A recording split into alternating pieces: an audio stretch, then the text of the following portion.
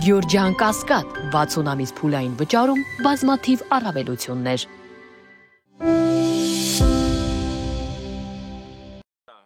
Մի կողմից պատրանք է ստեղծում, թե խաղաղության է գնում, այդ մասին վերամբարձ հայտարարություններ անում, մյուս կողմից միջանցքն ու Զանգեզուրը բերանից չի հանում։ Թուրքալեզու պետությունների ադրբեջանական գագաթնաժողովում հայտարարեց, թե մեջբերում Զանգեզուրի միջանցքի բացումը Վաշինգտոնյան գագաթնաժողովի կարևորագույն արդյունքներից մեկն էր։ Այստեղ էր, որ հպարտացավ, թե վերջին մեկ տարվա ընթացքում միայն Թուրքիայի հետ անցկացվել է ավելի քան 25 համատեղ զորավարժություն։ Հետևություն արեց, որ անհրաժեշտ է 2026-ին թուրքական պետությունների կազմակերպության անդամ երկրների միջև Ադրբեջանում անցկացնել առաջին համատեղ զորավարժությունը։ Մասնագետներն արդեն կանխատեսում են օկուպանտի պլանները, այդ զորավարժություններն ըստ ամենայնի բռնազավթած Արցախում կանի։ Ահա դեպի խաղաղություն քայլող Ալիևի նկարագիրը խորամանկում է էսկալացիոն թայմ-աութով, բայց նրա այսպես ասենք հարձակողական ցուցիչներում որևէ փոփոխություն չկա։ Այդ ամբողջ Վաշինգտոնյան հանդիպումը, որ տեղի ունեցավ, փաստացի Ադրբեջանը կարողացավ իր չհարձակվելը վաճառել Վաշինգտոնի վրա,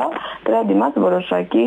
արտաքին քաղաքական, նաև երկկողմ հարաբերություններում դիվիդենդներ շահելով, բայց այնտեղ հարց կար, առհասարակ ինչից էր գալիս հարձակման վտանգը, որոնք էին այն ցուցիչները, որոնք խոսում էին նրա մասին, որ կա Սյունիքի նկատմամբ ագրեսիայի ռիսկեր։ Դրանք մի քանիսն էին՝ ադրբեջանական հռետորաբանություն, զորավարժություններ, գնվող զենքեր, նույն ժամանակ թիրախավորում, Սյունիքի հետ կապված կեղծ խոսույցների, պատմական կեղծարարության ակտիվ շրջանառություն, որ պատանդների ու գերիների հարցը լուծված չէ եւ որ հայ-ադրբեջանական հարաբերություններում չլուծված հարցեր կան, հայտարարեց Արարատ Միրզոյանը։ Այստեղ մենք անպայմանորեն պետք է նշենք ուրեմն Բաքվում պահվող պատանդարված անձանց գերիների ազատ արձակման հարցը, մյուս հումանիտար հարցերի կողքին, ինչպես օրինակ անհետ կորած համարվող անձանց ճակատագրի պարզաբանումը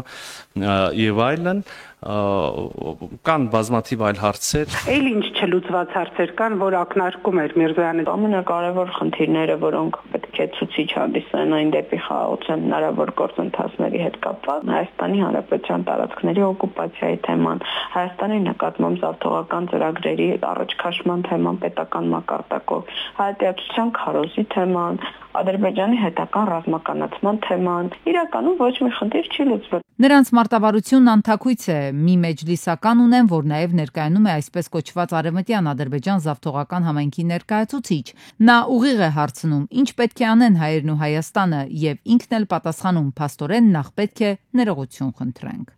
Նրանք պետք է անպայմանորեն ընդունեն Ադրբեջանի բոլոր պայմանները, ներողություն խնդրեն ադրբեջանական պետությունից եւ ժողովրդից, փոխհատուցում վճարեն մարդկանց եւ նրանց գույքին հասցված վնասների համար եւ բարձր մակարդակով ապահովեն փախստականների խաղաղ վերադարձը դեպի իրենց բնորանը՝ Արևմտյան Ադրբեջան։ Նրանք համարում են, թե խաղաղությունն ուղիղ կապված է համակեցության հետ, իսկ ահա համակեցությունը կախված է նրանց ձևակերպման փախստականների վերադարձից դեպի իրենց հայրենի հողեր։ Արցախահայերի վերադարձի մասին ծպտուն չեն հանում։ Խաղաղության, համակեցության մասին իրենց պատկերացումներն ունեն։ Դիալարա Էֆենդիևա անունով ֆեյք էկո ակտիվիստը, ով հայտնի է Արցախի շրջափակման իր մասնակցությամբ, այս օրերին էր Երևան եկել, հիմա էլ խաղարարար առաքելություն ստանձնած Բաքվում խոսել է երևանյան տպավորություններից, պնդել, թե հայ հասարակության արձագանքը խաղաղության օրակարգին ընդհանուր առմամբ դրական է, թեև Էֆենդիևան ասել է նաև, որ հայկական հասարակությունը խորապես բաժանված է եւ որ իշխանությունների վարած քաղաքականությունը բախվում է լուրջ դիմադրության։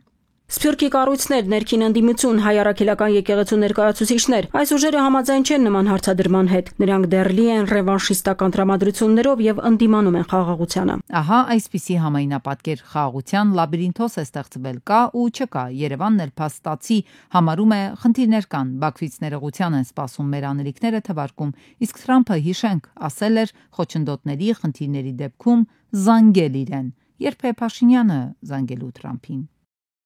Կառավարությունը խոստացել էր, որ եկող տարվա միջին կենսաթոշակը կհասնի նվազագույն սպառողական զամբյուղի արժեքին։ Նվազագույն կենսաթոշակը պարենային զամբյուղի արժեքին, նվազագույն աշխատավարձն էլ պետք է դառնար 85,000 դրամ։ Միջին կենսաթոշակը այսօր 50,000 դրամ է, եթե հաջորդ տարի ըստ падգամավորի հետ վերադարձը 6,000 դրամից դառնա 10,000 դրամ, միջին կենսաթոշակառուն կարող է ստանալ մինչև 55-ից 56,000 դրամ։ Այսօր արդեն առաջին 9 ամիսների տվյալներով 82,000-ը նվազագույն սպառողական զամբյուղի արժեքը։ Տեսեք ինչքան ահռելի է տարբերությունը։ Ձեր խոստումը չեք կատարել, որովհետև ի սկզբանե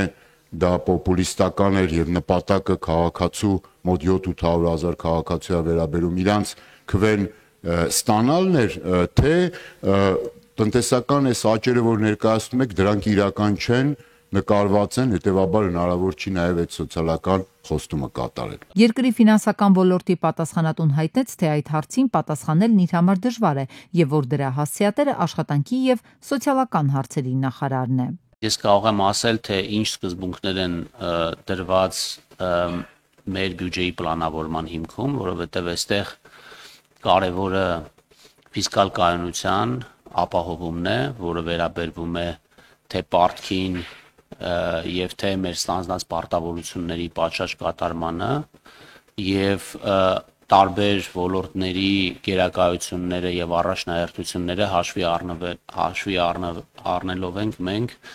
ի վերջո հանգում այն փաստաթղթին, որը ներկայացրել ենք ազգային ժողով։ Այնուամենայնիվ պատասխանելով հարցին ֆինանսների նախարարը հայտնեց, թե ով էր առաջարկել բարձրացնել միջին կենսաթոշակը, դարձնելով այն պարենային զամբյուղին համարժեք։ Դա որոշակի անկայունություն կբերեր ֆիքսալ միջավայրում, ինչն ըստ ֆինանսների նախարարի սխալ քաղաքականություն է։ Եվ հենց այդ նույն կենսաթոշակառուները, որոնք պետք է այդ թոշակը ստանային, վստահ եմ ավելի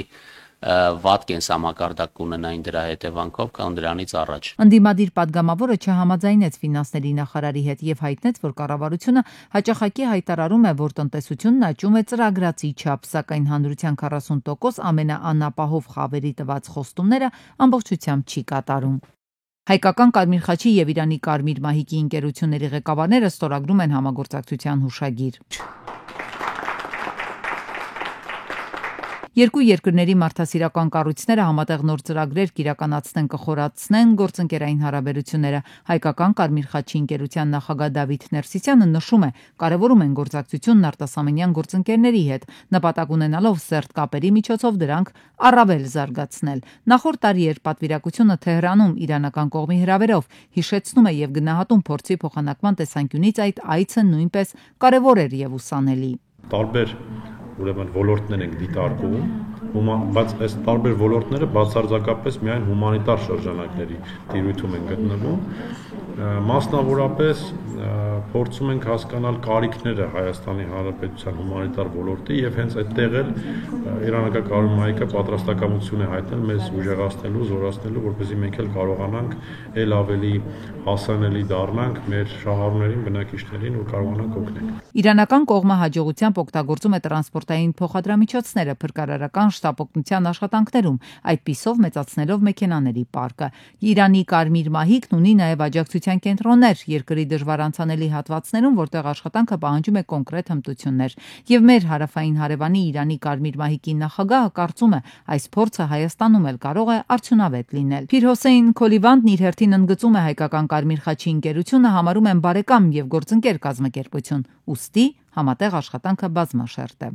Իրանն ու Հայաստանը սերտորեն համագործակցում են բազմաթիվ ոլորտներում։ Կարևորում են կադրի տեխնոլոգիական հնարավորությունների համատեղ կիրառումը, բույս սարքավորումների ու դեղորայքի, ինչպես նաև միմյանց տեքստիլ արտադրանքի տրամադրումը։ Մենք Իրանում խթանում ենք նաև գործունեությունն ավանդական բժշկության, բուսաբուժության բնագավառում, նպաստելով մասնագիտացված կենտրոնների ստեղծմանը։ Անհրաժեշտության դեպքում շահառուների կողքին լինելը թե Հայկական Կարմիր խաչի, թե Իրանական Կարմիր մահիկի ներկայացուցիչների համար առաջնային է։ Սա փոխկապակցված է մասնագիտական գործունեության 7 հիմնարար սկզբունքների վրա մարդկանց ցավն ու տառապանքը նվազեցնելու համար։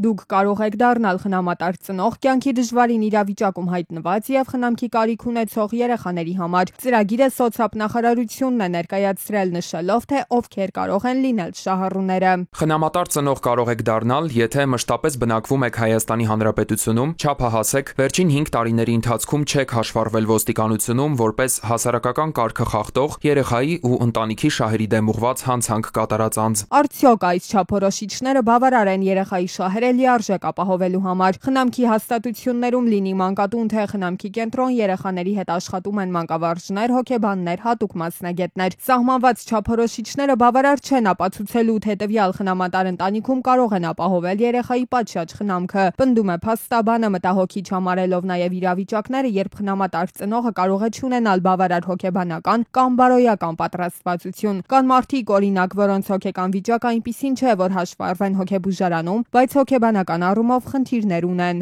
Գուցե օրինակ անձը հաշվառված չի ոստիկանությունում, սակայն տանը օգտագործում է ալկոհոլ կամ երեխայի հանդեպ հոգեբանական բռնություն կիրառի, կամ օրինակ վերցնի երեխային ձևակերպի խնամատար լինելը, գումար ստանա պետությունից, սակայն այդ ընթացքում Հայաստանից բացակայի, գնա աշխատանքի։ Փաստաբանի կարծիքով նման պարագայում երեխայի շահերից է բխում, որ նա մնա խնամքի հաստատությունում, որտեղ մշտական վերահսկողություն է գործում։ Կա նաև հետևյալ խնդիրը, երբ երեխաները մնում են առանց ծնողական խնամքի եւ տեղավորվում են որևէ հաստատությունում, ապա երեխան հարմարվում է մտքի հետ, որ երկարատև է լինելու բնակությունն այդ հաստատությունում եւ ինքն իր համար ֆիքսում է, որ դա է իր բնակության վայրը։ Իսկ եթե խնամատար ընտանիքում է եւ հետո այդ ընտանիքը հրաժարվում է երեխայից, դա լուրջ վնաս կարող է պատճառել նրա հոգեբանությանը։ Փաստաբանը նաև մատնանշում է ֆինանսական կողմը։ Խնամատար համակարգը կարող է դիտվել որպես բյուջետային ծախսերի խնայողություն։